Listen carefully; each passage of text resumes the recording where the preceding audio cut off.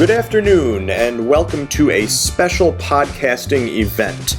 Today, we are presenting a very special program called Saho Fa, Conversations with Doni Jo Minor Munro, featuring, you guessed it, Doni Jo Minor Munro, Yuchi tribal member, White Bison Master Facilitator, Traditional Spiritual Healer, Director of Urban Indian Education in Santa Maria, Santa Barbara Tri-County Area, California, and CEO, CFO of Our Children Are Sacred Incorporated, and most recently, Saho Fa, the organization that's really making a name for itself, not only in their home state of California, but also in Colorado, in New York, in Washington, D.C., our country's capital, and everywhere in between. Now, this new series falls into what we've been calling our Podumentary series, and that's a combination of podcast and documentary. Now, each of the 4 episodes of Saho Fa, Conversations with Doni Jo Minor Munro, is going to be a frank and hard-hitting look at the often unfortunate role and the treatment of American Indians throughout history. And yes, history also means right up to this present day. So Ms. Munro is far more qualified to speak on this. I'll be passing off the baton to her in just a moment, but I do want to say this before I do so. If you know Doni Jo, you know that she speaks from a place of passion and fire. Whether she's talking about the mistreatment of her people in the media and society at large, or the importance of education and life lessons for today's Native American youth, much of which she oversees personally in her jurisdiction. Point being, you know Doni Jo, and she's going to give it to you straight. She's going to give you a lot of information, maybe even more than some of you out there can handle. So you're going to want to listen to this podcast documentary a few times to make sure that you catch every little thing, because it's all important. I want to introduce the lady of the hour, Doni Jo Minor Munro. Welcome to your wonderful new podcast series. Oh, Fashan, good afternoon. Happy to be here. Oh, well, we're sure happy to have you. It's just wonderful, and we expect great things of this new program, and we know that you'll deliver. You'll exceed everyone's wildest expectations, and I mean everyone, too, because, whether you know Doni Jo or not, you can rest assured that this powerful woman, this champion of the Native American people, will deliver above and beyond what anyone is anticipating, and that's saying a lot, because expectations are always high. Now, before I hand it over to you, Doni Jo, I do want to give our listeners a little background. Maybe more than a little, but I feel it's important to have context of sorts. The ensuing program, it'll mean so much more to people if they know who you are exactly, what you've done, where you're going from here, because, we always have to assume going forward that there's going to be, on any given day, somebody who's never heard the program, somebody who doesn't know you. So we want to give a little bit of, paint a little bit of a picture, and then we'll get into the good stuff, or the reason people are tuning in. Here's a little history for you. Doni Jo Minor Munro is a Yuchi tribal member, and she's a traditional spiritual healer. She currently serves as Director of Urban Indian Education in Santa Maria, Santa Barbara Tri-County Area, California.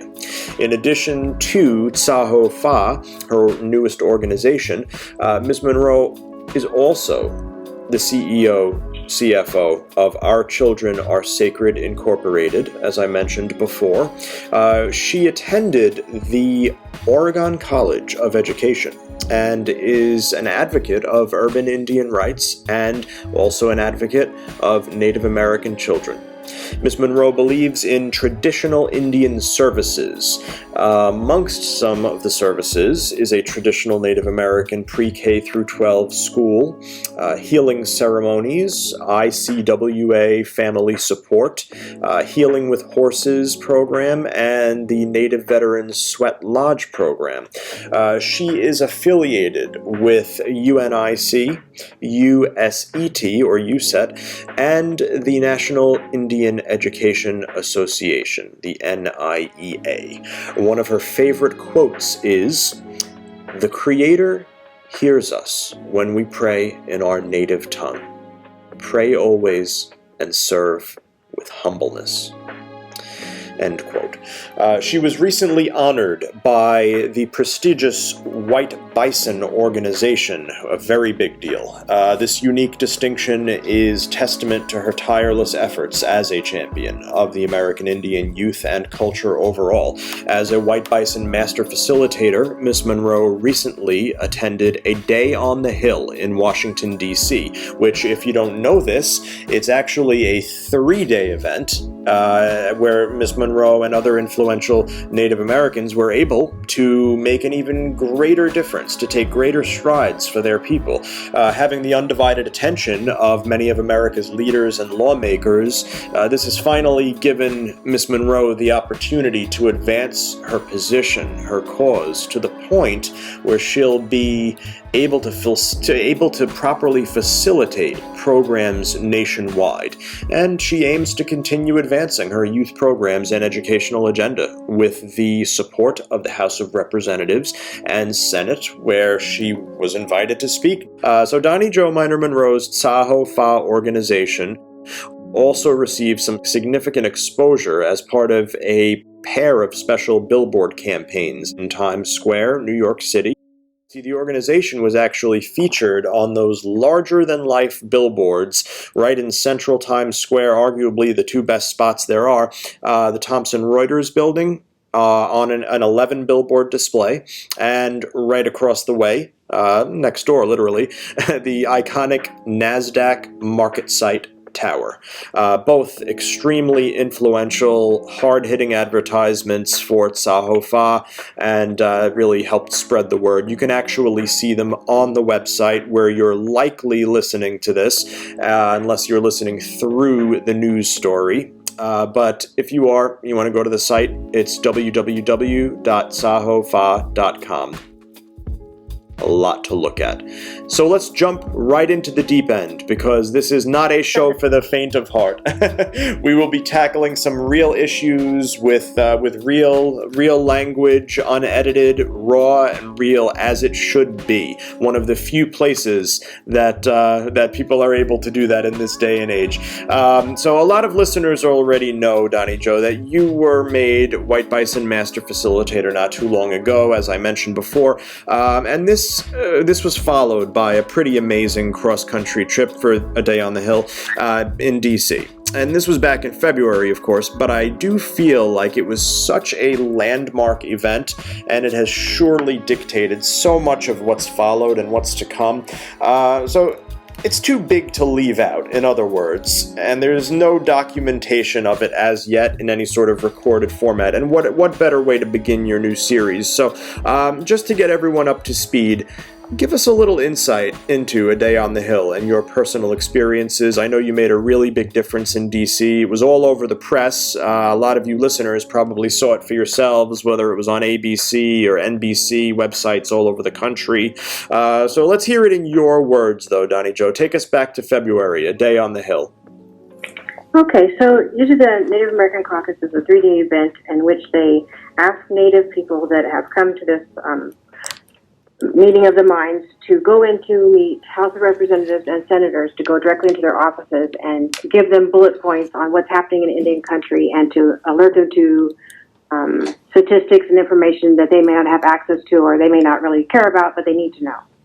So my job when I go there is, I feel, is to hit as many offices as I possibly can, and to actually go in and believe the sign that says, please come into my office and you're welcome to come here. Every senator and House Representative person has that little sign outside their door, and we take them at their word. So we go right into their office and hand them our information, but we also took our little tablets in with our website open so that they could see it visually what we do, and hand it to their aides so they could look it up and pay attention and get a good visual. Because a lot of times you can hand them papers, they get so much paper they just will stick it in the stack and not worry about it.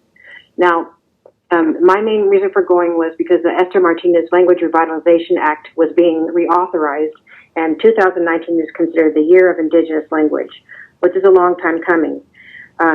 Studies show that if we do not preserve our native languages with the greatest of haste and the sense of urgency that needs to be done, by 2050, there will be no native languages spoken in the United States or anywhere in the world. Wow. And that is something that we feel that has been the systematic application of the United States to do that to us in order to eradicate us as human beings. Without our language and our cultures and our traditions, they feel that they can assimilate us completely into the culture and will become part of this great melting pot, and they can do a cultural cleansing and washing of us and not have to go back and listen to or really think about how it is they came to invade this country. So my job, I felt, was to go and speak from my heart for the Esther Martinez Act, to explain to the congressional members that were there to listen, which there were quite a few, the passion behind why it is that we are so adamant about saving our languages and keeping our cultures intact without outside influences and without religious organizations controlling them.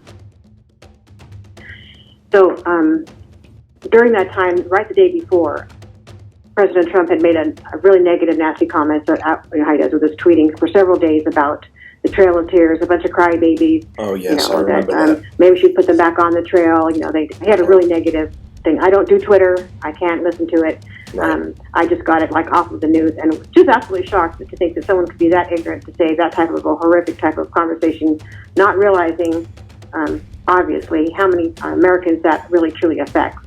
So in my family, I'm going to give you a brief history real quick. The Uchis, there were approximately between 1,500 and 1,800 that started on the Trail of Tears. Now, this is not a few-day walk that lasted. This lasted over 10 years or more for these people to walk from the southeastern part of the United States and to walk all the way into the Oklahoma territories. And if you ever look at the map to see how they took us on that walk there, it was a zigzag walk to try and get rid of many of us as possible so that not that many people would come to Oklahoma. The name of Oklahoma is a word that Oklahoma actually means the land of the red people. And their thought was that everything west of the Mississippi would belong to the native people as long as the grass grows and the rivers flow. Now, we know that didn't work out because of the manifest destiny, and when they realized that they couldn't stop the push of immigrants coming into this country, that they would just get rid of the rest of us and move non-native people into our area. Yes. My own family, that started on the Trail of Tears, there was originally 21 families that survived the walk into Oklahoma. Of those 21 families now, there are only 3 family units left. Of our native speakers, there are 9 fully fluent traditional speakers and about 20 to 30 more young children, teens, and 20-somethings that are learning to speak as fluent speakers. Our last fluent male speaker died about 3 years ago. His name was Kase Henry Washburn, and he spent his life giving to the people and sharing everything that he knew about any type of language to help preserve it.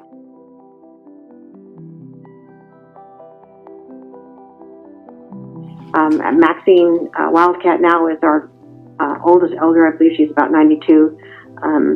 She goes to the Yuchi Language Project House in Sapulpa, Oklahoma, to help talk to the children. They have what they call a Doni, which is a baby program. So she goes every morning down there and talks to the babies in Yuchi only and helps to teach the youngest children how to speak. Now, imagine not your 92-year-old grandmother or great-grandmother going down there and spending her day with little babies, just speaking her language so that they hear it, they know it, and they understand it, and it's part of how they think. There's a movement amongst Native American women to teach their indigenous languages to their children and to their babies first before they teach English, so that children learn to speak and think in Indian, not speak and think in English. Is fundamentally how we speak and how we are as traditional people is, I would say, in opposition to colonization and how non-native people are. So I'm not a great speaker. My son is a better speaker than I am. I'm teaching it to my granddaughter as much as I possibly can.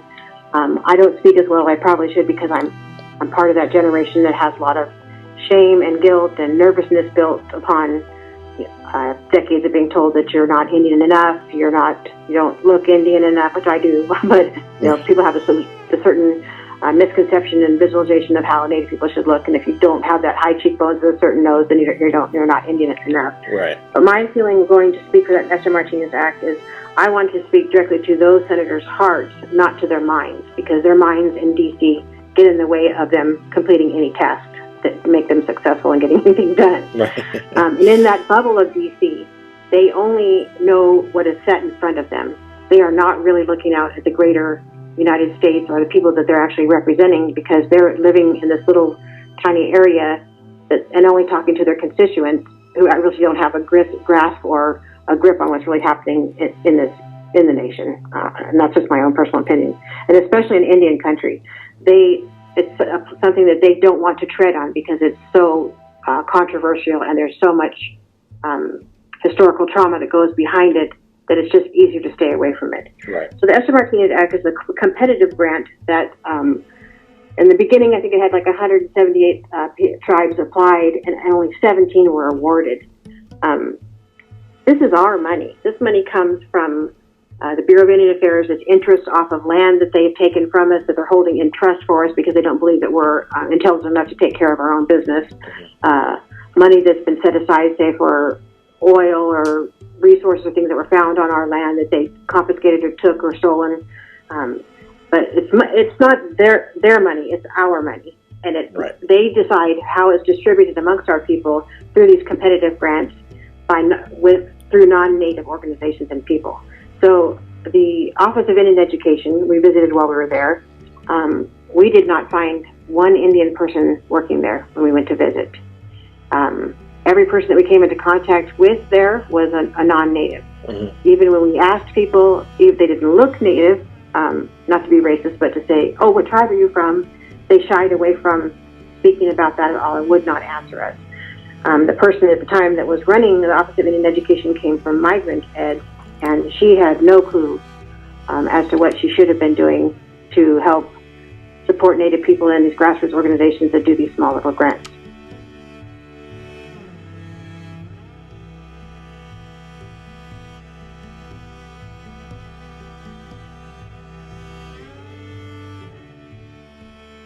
Migrant Ed kids get between $5,000 and $8,000 per student to help that child through the year. Indian Education gets paid between $100 and $202 per child to serve them for the entire year. Right. But we are expected to perform at or above the migrant level expectations for our own children.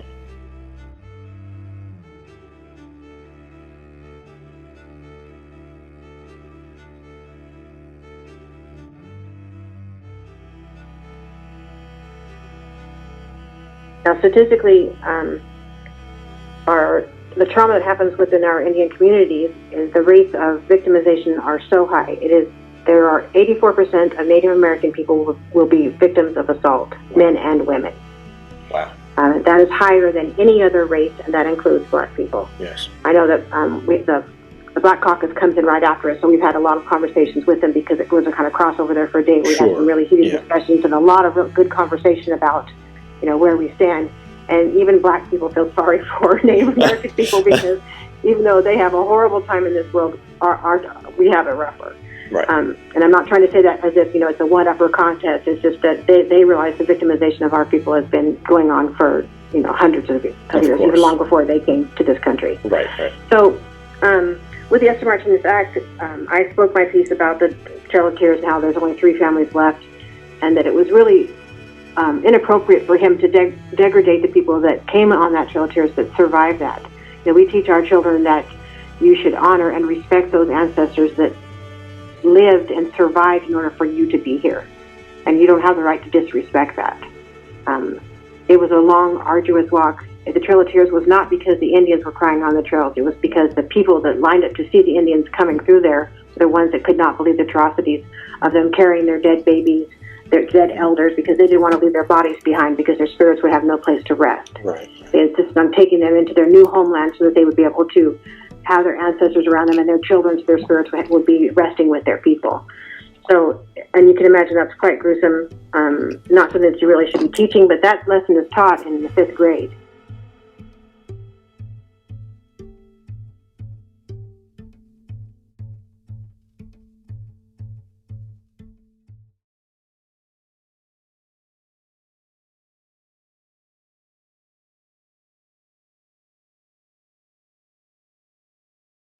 Along with school curriculum, you have to realize that everything that they teach children in school is a lie, or it's whitewashed. This new type of curriculum is what they're calling it, a cultural cleansing, and homogenizing and assimilating everyone into, we all need to be the same in order for us all to get along. And I take issue with that. I think that who you are by blood in your self-identity makes you a better person if you're confident and understand where you come from. You have a basic foundation of how you should act, what your survival skills are, your heart light is, where your soul resides, yes, and who your community is. And that's what makes you a stronger person as a child, as an adult, as an elder, by sticking together. Growing up in the town where I grew up, we have many diverse groups, and each culture was celebrated. There was Portuguese days, or the Filipino days. We had Mexican American days. We had the Japanese cultural fairs. All kinds of things in our area because we're a huge farming community. So we get, between the field workers to the packing houses to the distributors, that kind of thing for food. We had a large range of different types of people, and also a lot of Portuguese and Swiss Italians moved here for the cattle. Mm-hmm. So growing up, I grew up in an area where each race was celebrated and respected and honored, and those people that were in that group were held in esteem that kept their culture, their language, their traditions alive. With what's happening now, they want everyone to be the same so that we can all get along, and there won't be any pressure. You shouldn't be any race. You shouldn't see any color. But that's not the way the world is. No. I mean, people make judgments every single second. When you look at anyone, you make a snap judgment as to what they are, who they are, and probably, what kind of lifestyle they're living. Right. That's just the nature of human beings. Of course. I'm not saying that that's right, but that's the way it is. Yes. So with my speech to the Esther Martinez Act, I spoke in UT as much as I possibly could, and the poor woman, I didn't realize they were having a stenographer there, and she just stood up and said, "Stop, all of you are speaking your native languages, and I can't do this. You're going to have to type it up and send it to me," because it was so overwhelming to her. There's probably 30 different people who were speaking our own indigenous languages, and there's no way for her to type that. If she can't speak it, she doesn't understand it. But my main point was, I, as an advocate for Native people, do not believe that we should have to compete for the money to save our languages and to keep our cultures intact. This is money that the U.S. government sits on year to year to year and makes people jump through all of these hoops to get these little tiny grants to support their grassroots organizations to keep their community organizations alive and to do stuff for the kids and to have places for the kids to go out for school, have breakfast programs, tutoring programs, getting them into college, making sure they have enough clothing to wear so they don't freeze to death, food for elders, that kind of thing. So when I spoke, my final thing was my great-grandmother, Katie Pickett, was on her deathbed, and she was speaking in her native language. She was talking to God. And her children are all standing around her, and they're begging her, Mommy, please speak English to us so we can understand you. That broke my heart.